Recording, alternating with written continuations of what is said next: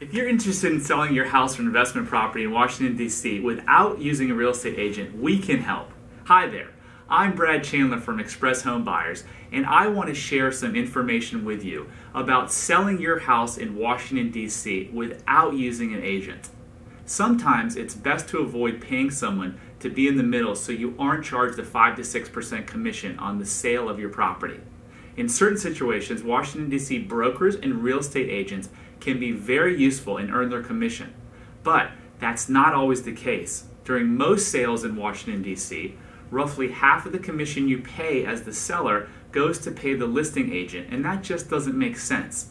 Why should your money go to the agent when you could keep it?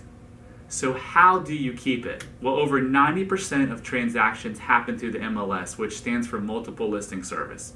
It's the main database that all brokers in Washington, D.C. use to access information on properties for sale, along with data on the price of properties sold. It used to be that you had to pay a full commission to get your property listed in MLS. Now in Washington, D.C., there are a few brokers who will charge you a fee just to list your property on MLS, which means you spend a few $100s, but only have to pay a commission if the sale closes. If you compare that to the cost of newspaper ad, the MLS can be a much cheaper way to market your property to a very wide audience.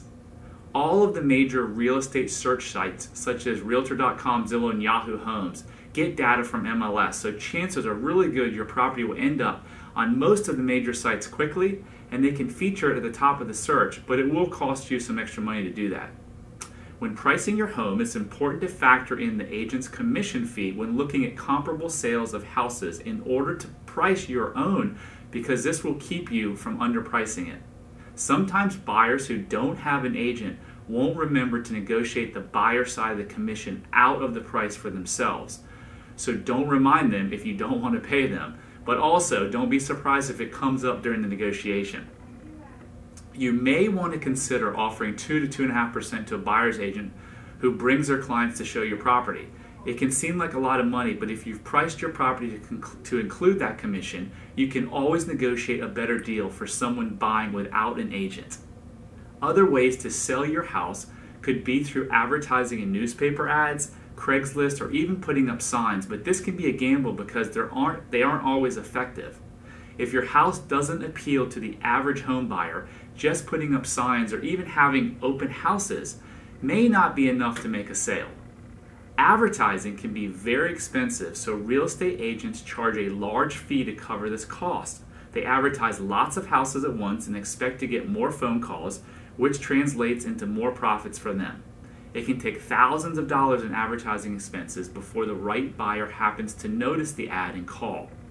The best way to avoid paying any commissions at all is to sell your house to investors like us for cash. We will give you a fair price for your house and can close fast in as little as 3 to 5 days. Sometimes when we purchase houses, we fix them up and rent them out, while other times we fix them up and sell them to people looking for great homes in the area.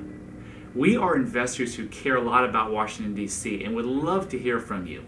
Please give us a call at the number below. Express Homebuyers, we buy your house in 7 days.